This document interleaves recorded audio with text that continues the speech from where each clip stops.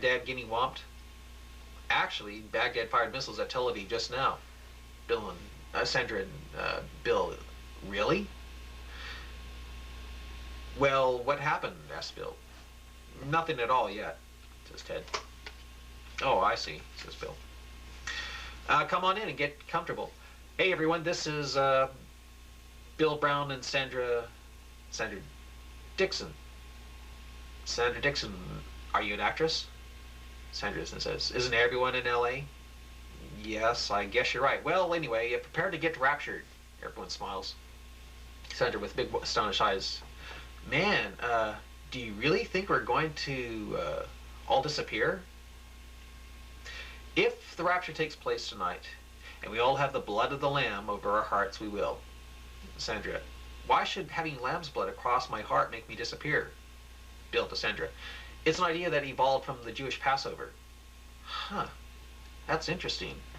Then Bill says, Ted believes that if you accept Christ as your Savior, you will have Jesus' blood across your heart and escape the angel death that was unleashed on Egypt during the first Passover. Only this time he feels that the angel of death will be in the form of nuclear missiles, which he feels will take place around the time of the rapture.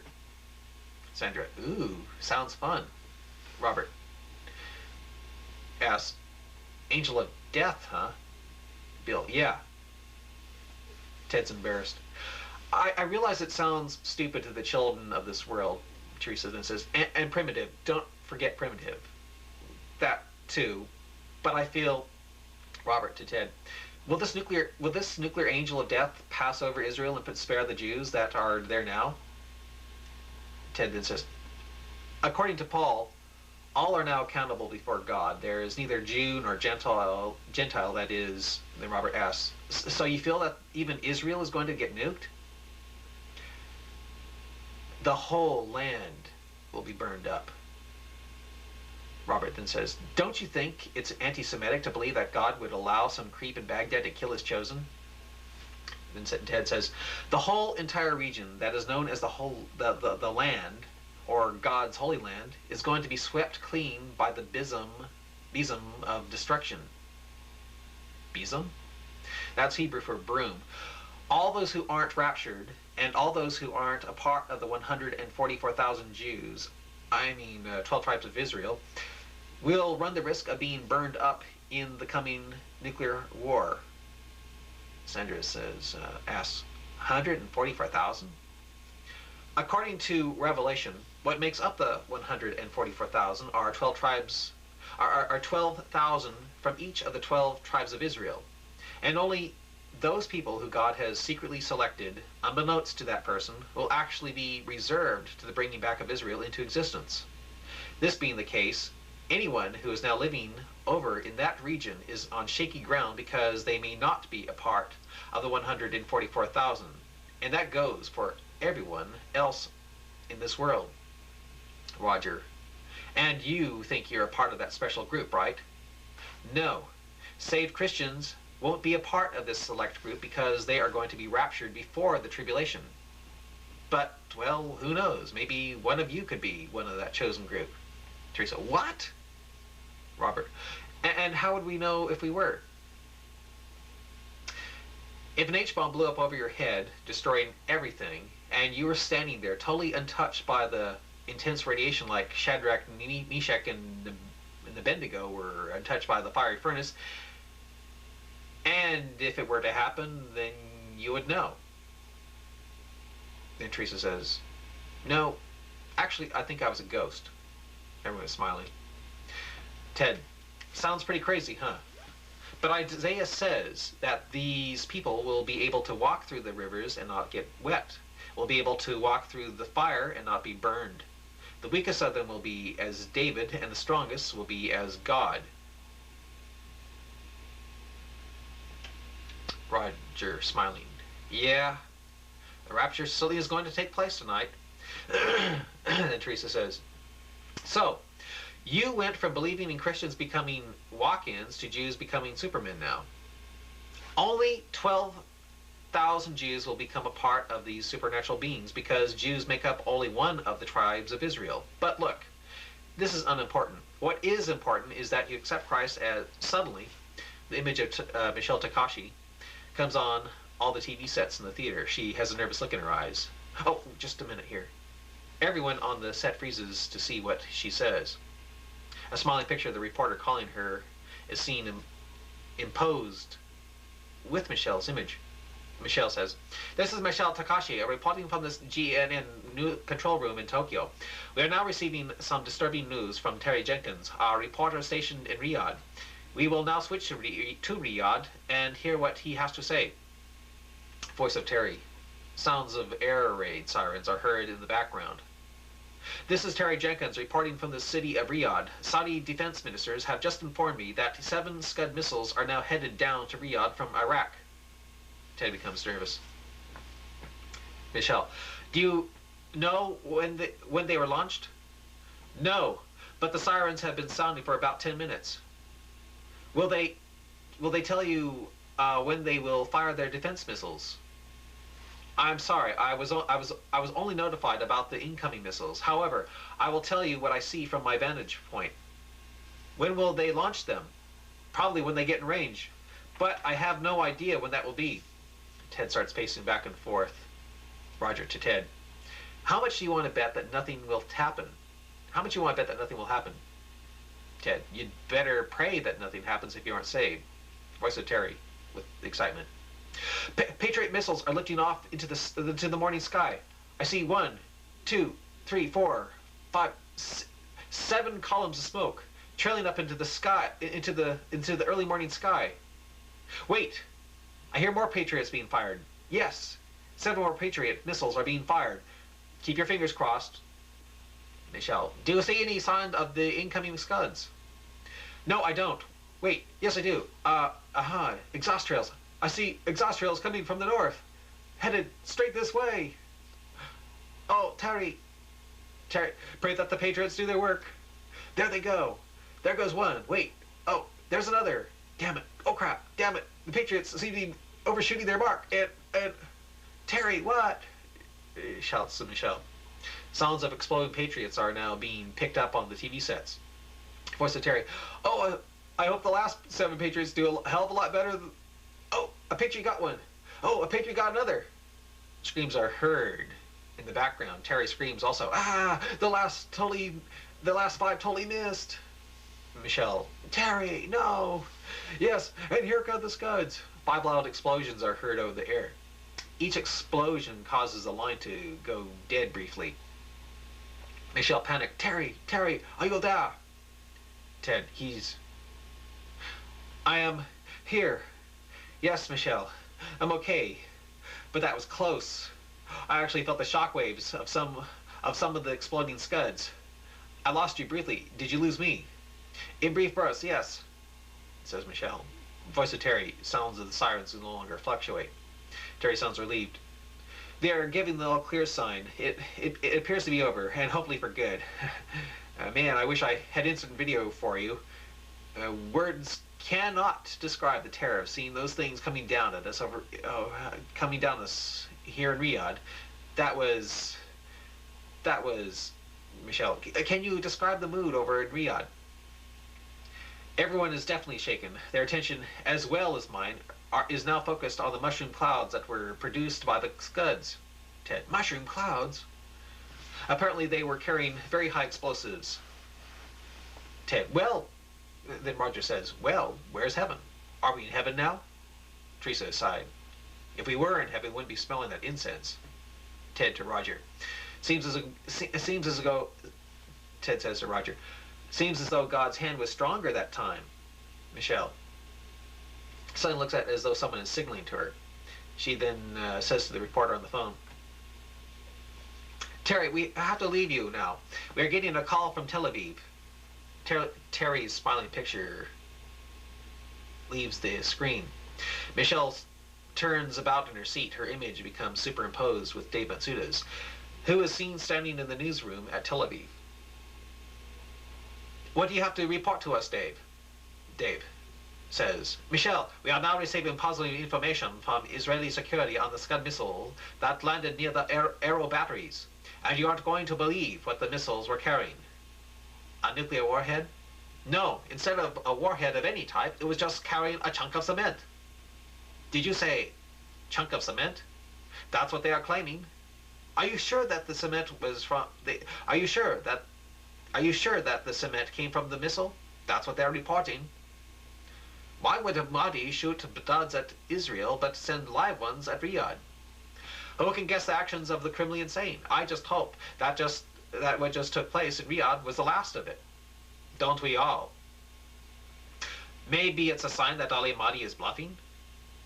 Whatever, then Michelle says, well, whatever the case, this is the voice of Michelle, whatever the case, we will get back to you later, Dave. But first, we want to learn about the damage that was done in Riyadh.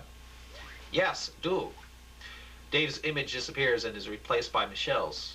Michelle turns to the cameras and says, that was Dave Matsuda reporting live from the GNN station in Tel Aviv. And we'll be back after this station break. The TVs in the auditorium go dark again. Ted then says, he's toying with them. Robert, Dr. Weingreen, Sandra, and Bill ask, what? Ali Mahdi is toying with those toying with those he considers his enemies. He has this thing all planned. Roger then says, and where does it say that in the Bible? Didn't you hear?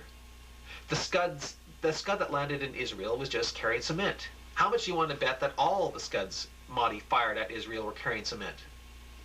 Teresa, well, why would he do that?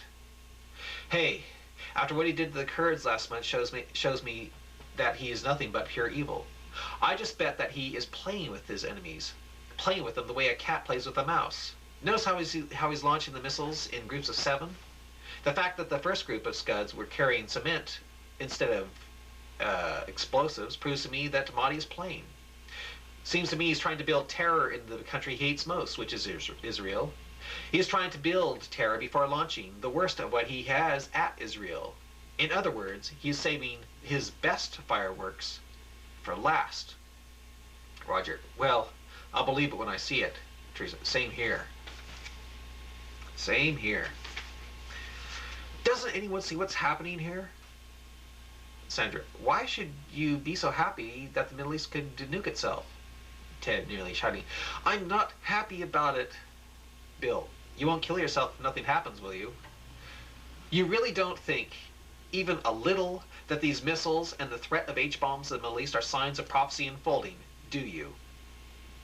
Weingreen says, Ted, I'd like to tell you a true story that happened a long time ago in my family.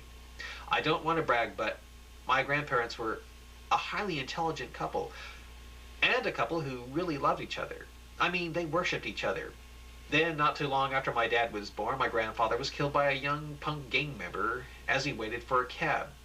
It was a very senseless killing, the result of grandfather being low on cash.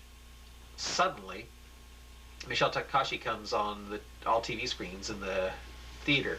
She has a worried look in her eyes. Her lips are moving, but no one is able to hear what she says. The thing is, although my grandparents were brilliant, Ted suddenly sees Michelle's image. Oh, keep the thought. He points to the TV screen. Now Michelle can be heard. Michelle, we are now switching to Dave Matsuda in Tel Aviv, switching to Dave Matsuda in our Tel Aviv sister station to find out about the second attack on Israel. A second attack, says Ted. Dave, standing in the window at the GNN control room in Tel Aviv, looking relieved even though air raid sirens sound. Am I on? You are on, Dave. Can you give us the latest on the approaching missiles? Ted, oh man. Dave, well, Michelle, something strange happened 12 minutes ago. It really looked like 7 more missiles were being launched, and this time from the Baghdad area 14 minutes ago. But 2 minutes after the missiles were launched, all 7 missiles began to drop off Israeli defense radar. We heard, Michelle says, we heard a few minutes ago that another Scud was found with a cement block. Ted, another? Michelle, is Ali Mahdi playing some kind of bully game with Israel? You mean like quickly throwing up one's hand in a threatening manner, causing the victim to flinch but combing his hair instead?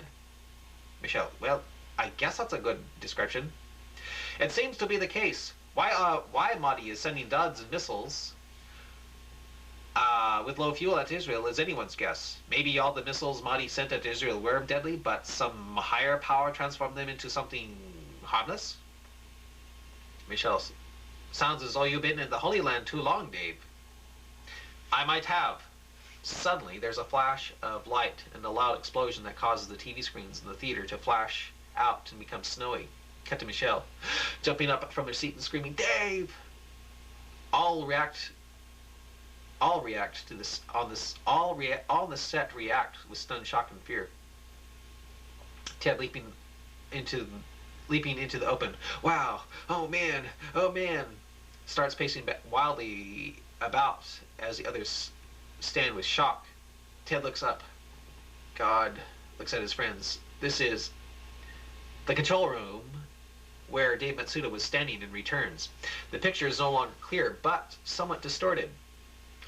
All theater TV sets show people running in the control room. Screams and cries are heard. There is smoke in the air. Two people are seen helping Dave up, who is slightly torn and bleeding from flying glass. Michelle, "Dave! Dave! Are you all right?" Screaming, "What happened?" Dave, Michelle! Michelle! Sounds of explosions are heard in the distance, followed by more screams. "I can't believe what just happened. What was that? Was that a running arrow missile or what?" Michelle, why would they have fired it? "It doesn't make sense," says Dave. "It actually seemed as though it was meant for us. But why?" Scrambles to pick up microphone. Michelle, your image isn't very clear. The explosions must have damaged your transmitter." Dave, I've got to find out what the hell that was. Voice in the background shouting, "Look, it's burning." Michelle, "Dave, there seems to be something causing a star." Dave, that couldn't have been from Iraq. Dave listens to the headphone, looks at camera. "I'll get back to you as soon as possible when I find out what it was." Michelle says, "Dave, we heard other explosions in the background. Could you go to the window and tell us what all the commotion is?" "Great idea, Michelle." He puts down headphone, jumps over to the window. A look of stunned amazement comes on his face. "Oh, no, it can't be. It can't be." Michelle, "What is it? What do you see, Dave?" "The Shalom Tower Hotel. It's burning. There are two big burning holes in its side." All TVs are showing a huge 50-story high-rise building burning in the middle of a city. "Oh, this is unreal. This is impossible." Suddenly, 4 cruise missiles begin striking at the foot of the hotel, shaking the tower violently from their explosions. "Ah! Missiles just came out of nowhere. They hit the Shalom Tower. I repeat, they hit the Shalom Tower Hotel at its base." Screams are heard as the hotel begins tilting to the side on the TV screens. "Oh! No, the magnificent tower is falling. It's falling. Oh, this is terrible. This is horrible. Oh, the humanity. It's crashing. I can't go on." Michelle screaming, "Dave!" TV screen show a collapsed burning building. Dave crying, "The entire building fell over. It fell right down on the people. Oh, the humanity." The TV screens fade to black. Ted with wild eyes, "Cruise missiles. Those are cruise missiles. Iraq fired cruise missiles." "What else don't we know about its weaponry, huh?" Teresa, "Cad, I can't believe what I just saw." Roger, it says, "Monty could have just gotten awfully lucky. It doesn't mean that those were crews." Bill, "Well, what made them disappear off the radar?"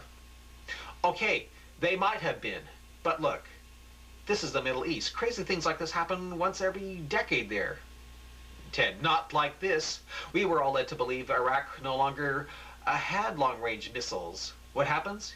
It fires long-range missiles. It was believed that Iraq would never have cruise missiles. Well, what kind of missiles were those?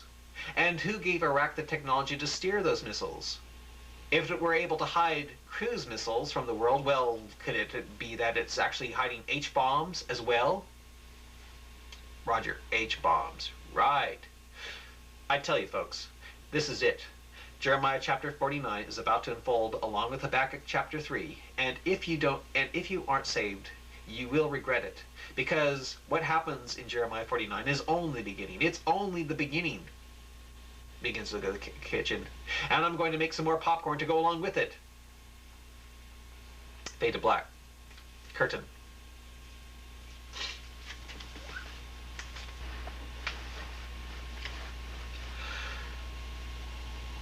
Act 2, Scene 1.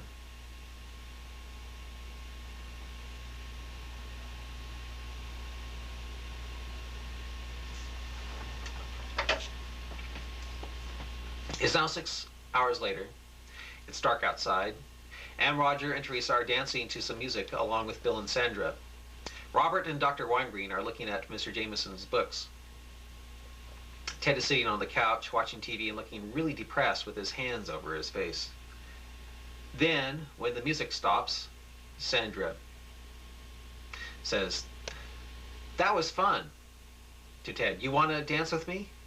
Ted says, I'm sorry, Sandra. You're really a lovely looking girl. But now, well, I just feel really tired." Then Teresa says, poor Teddy," to the others. "Just like last time, no one got nuked." "I sure wish you would keep," Ted says, I sure wish you would shut up about that. I didn't want to see anyone get killed. Can't you get it through your head? I just wanted out of here." Teresa, "Christians sure are death freaks. Of course, if you aren't getting any, then I can certainly see why." "We aren't death freaks." "Well, it sure seems like you want to die. Personally, I can't see much difference between the desire of being raptured and the desire of committing suicide. They both get you out of life. The only difference with suicide is that it takes your body longer to disappear unless you are cremated. You can go home if you want. I really doubt that anything is going to happen. I mean, why should God break tradition of not showing up? I can't believe that it happened again. If anything were going to happen, it should have happened half an hour ago." Dr. Weingreen asks, "Why do you say that?" "There's a scripture that says the sun shall be darkened at noonday. It's supposed to take place at Ashdod, which is where present-day Jordan is located. Of course, all this means nothing, being that Mahdi has been killed." Roger, smiling, "Boy, was he. The Kurds really kicked ass. They tore that evil son of shit from limb to limb." Robert, "And the Kurds are now the heroes of the Middle East. Most of all of Iraq will now be known as Kurdistan, and after what Iraq was doing today, well, I think everyone will finally welcome this fact." Roger, "It was only because America armed them and gave them the air cover to finish the job that wimpy George Bush failed to do centuries ago. And guess what, Ted? Baghdad is taken. Hey, you know, the earth was moved when Babylon was taken. Moved with applause, that is." Ted, "You really can go home now. You don't have to stay." Teresa, "What about our $1,000? Roger, "Tree, quit kicking the man while he's down. Besides, I had a great time. We got to see some exciting TV history in the making, and we had a bizarre interpretation go along with it. Plus, I got to dance with Sandra." Sandra flirts with Roger a little. "I tell you, Ted, this was the best rapture party